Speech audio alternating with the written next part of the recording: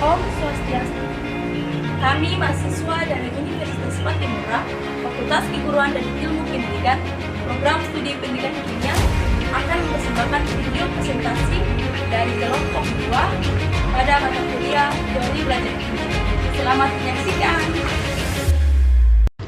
Video ini dibuat untuk menyelesaikan salah satu tugas pada mata kuliah Teori Belajar Kimia dengan dosen mata kuliah Ibu Yuli T. Filinditi, SPD, MPD. Kami dari kelompok 2 terdiri dari 5 orang yang masing-masing kerjasama dalam memenuhi tugas dengan judul Sumber Belajar.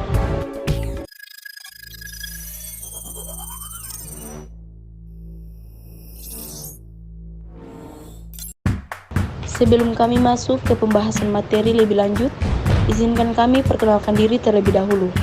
Yang pertama, ada saya sendiri atas nama Jennifer Amsira Pusiratu dengan NIM 2023-41001. Selanjutnya, Edelina Ngilamele dengan NIM 2023-41009. Saryanti Wance dengan NIM 2018-41003.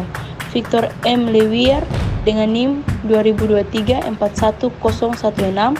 Fauzia Solisa dengan NIM 2023-41018. Kami dari kelompok 2 akan mempresentasikan materi dengan judul Sumber Belajar. Yang pertama, saya akan membahas tentang pengertian sumber belajar, di mana sumber belajar ini memiliki pengertian sangat luas. Ada beberapa para ahli yang mengemukakan pengertian sumber belajar. Yang pertama itu menurut Ahmad Rohani dan Abu Ahmadi. Menurut mereka itu, sumber belajar adalah guru dan bahan pelajaran berupa buku bacaan atau semacamnya. Lalu pengertian selanjutnya itu, dari sumber belajar adalah segala daya yang dapat dipergunakan untuk kepentingan proses pembelajaran, baik langsung maupun tidak langsung, di luar diri peserta didik yang melengkapi diri mereka pada saat pembelajaran berlangsung. Sumber belajar juga adalah segala sesuatu yang dapat mendukung proses belajar sehingga memberikan perubahan yang positif. Hal tersebut sesuai dengan pernyataan Arif S. Sadiman dalam Ahmad Rohani dan Abu Ahmadi yang berpendapat bahwa sumber belajar adalah segala macam sumber yang ada di luar yang memungkinkan terjadinya proses belajar. Peranan sumber belajar ini menurut seperti guru, dosen, buku atau film, majalah, laboratorium, peristiwa dan sebagainya, yang memungkinkan individu berubah dari tidak tahu menjadi tahu, dari tidak mengerti menjadi mengerti, dari tidak terampil menjadi terampil, dan menjadikan individu dapat membedakan mana yang baik dan mana yang tidak baik. Jadi segala apa yang bisa mendatangkan manfaat atau mendukung dan menunjang individu untuk berubah ke arah yang lebih positif, dinamis, atau menuju perkembangan dapat disebut sumber belajar. Sumber belajar juga adalah segala sesuatu yang dapat memberikan informasi dalam pembelajaran. Menurut Abdul Majid, mengungkapkan bahwa sumber belajar ditetapkan sebagai informasi yang disajikan dan disimpan dalam berbagai bentuk media yang dapat membantu siswa dalam belajar sebagai perwujudan dari kurikulum. Bentuknya tidak terbatas, apakah dalam bentuk cetakan, video, perangkat lunak, atau kombinasi dari beberapa bentuk tersebut yang dapat digunakan siswa dan guru. Sumber belajar juga dapat diartikan sebagai segala tempat atau lingkungan orang dan benda yang mengandung informasi yang menjadi wahana bagi siswa untuk melakukan proses perubahan perilaku. Menurut Wina Sanjaya, ia menyebutkan bahwa sumber belajar adalah segala sesuatu yang dapat dimanfaatkan oleh siswa untuk mempelajari bahan dan pengalaman belajar sesuai dengan tujuan yang hendak dicapai. Sumber belajar di sini meliputi orang-orang, alat dan bahan, aktivitas, dan lingkungan.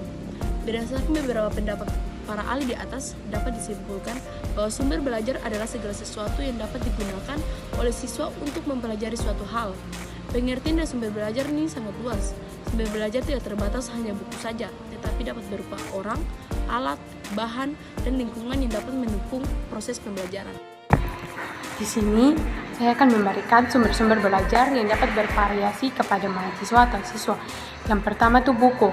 Buku adalah sumber tradisional yang menyediakan informasi yang mendalam tentang berbagai topik. Yang berikutnya ada online courses. Platform secara Courseverse atau Khan Academic menyediakan kursus online interaktif. Yang ketiga, video tutorial. Sumber seperti YouTube menyajikan tutorial visual untuk memahami konsep atau keterampilan tertentu. Yang berikutnya adalah aplikasi pembelajaran. Aplikasi pembelajaran, banyak aplikasi yang didesain khusus untuk pembelajaran kepada mahasiswa atau semua orang saja.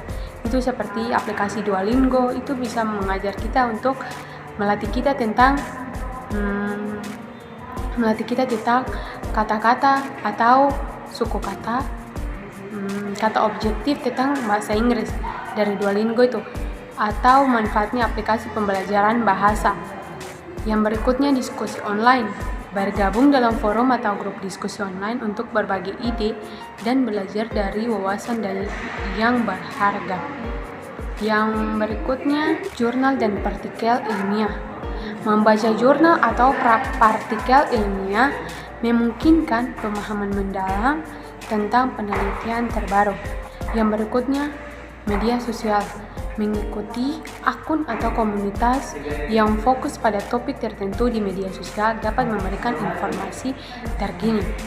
Pilihlah sumber-sumber belajar yang tadi itu adalah contoh-contoh sumber belajar. Ya, di situ kita bisa memilih sumber-sumber belajar yang cocok dengan kemampuan kita untuk belajar.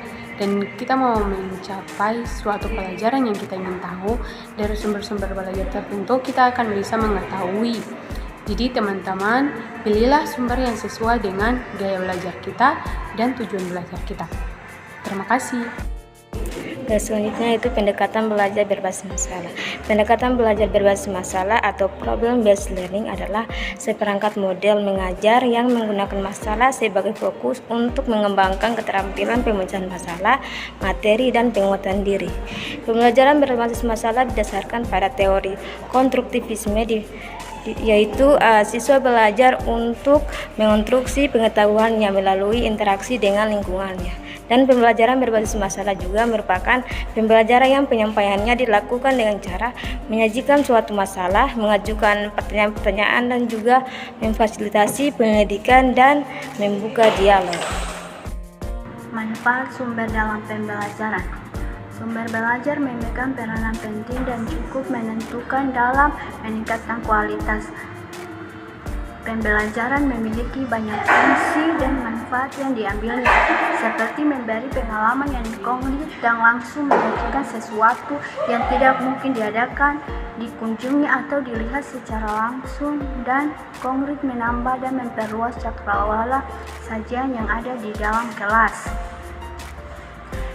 Meningkatkan motivasi belajar, memberi informasi yang lebih akurat, membantu memecah masalah pembelajaran baik dalam lingkup makro maupun mikro. Dalam merangsang untuk berpikir, bersikap, dan berkembang lebih lanjut. Penggunaan sumber belajar akan optimal apabila mempertimbangkan sasaran macam-macam dalam langkah-langkah penggunaan. Dengan mempertimbangkan hal-hal tersebut, maka pembelajaran akan lebih efektif dan efisien. Berbagai upaya telah dilakukan pemerintah khususnya di Departemen Pendidikan Nasional untuk meningkatkan kualitas proses pembelajaran di lembaga pendidikan sekolah atau perguruan tinggi.